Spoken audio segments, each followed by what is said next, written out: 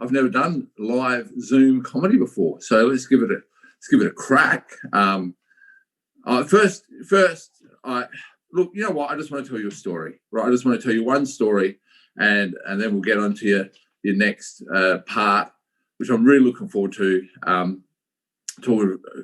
a champion of the cause. But listen, I just want to tell you and share a bit of my heart. I did struggle. The last lockdown kind of shattered me, and found myself in a bad place. I went on a binge. I shouldn't have. That was the wrong. I shouldn't have numbed my issues and my feelings, but I did, and it's happened, and I regret that a little bit now, but I've forgiven myself. I did stress out for a while there because I did think I had COVID because I drank a lot of West End and I couldn't taste them, and they tasted good, so I thought I'd lost my taste.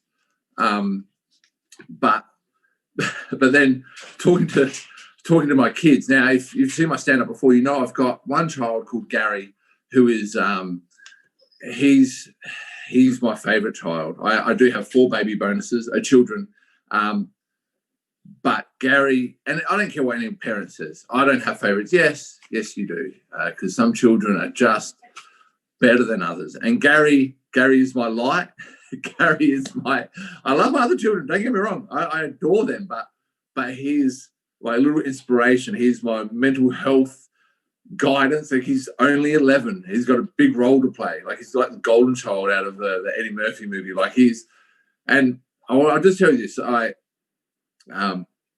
other day we were driving in the car, and we were talking about just struggling. I'm struggling so much. Like, I used to be 150 kilos. I lost 40 kilos in a year through exercising, and I say that because, let it inspire you.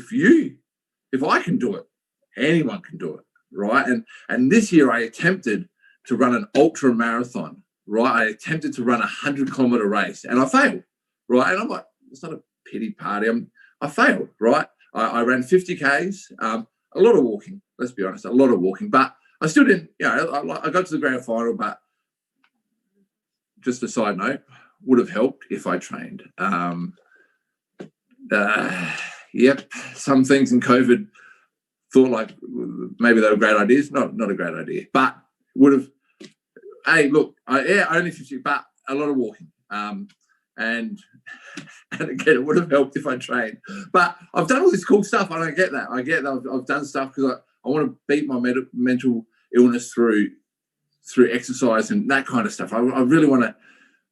But let me just say this: I was down on myself, and I was driving in the car, and I just had a moment where I was a little bit and I said something to Gary, and Gary looked at me and he just goes, "Are you a moron?" I was like, "What?" He's like, Are you a moron? I was like, "What?" He goes, "You've come so far. You ran 50 Ks this year. Can you stop it? Stop it. Look how far you've come. Look how far you've come. Right? You still look what you do now. Dad, look. Just don't be a moron." Right? So I just want to put the message out there to you, and I'm not calling anyone a moron, right? But what I do want to say is look how far you've come. Reflect over today, reflect over your life. You're still here. You're still here, and you still want to. You have a valuable place on this earth, right? In this community, right? So look how far you've come, right?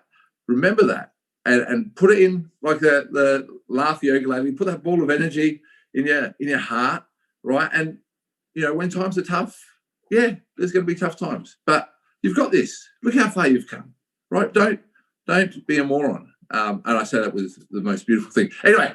Enough of that. Enough of that silliness. It's not silliness, but enough of me talking about myself and about my crazy son, Gary. Now, there's a very exciting part of the day. We get to talk to Anna from Mindshare.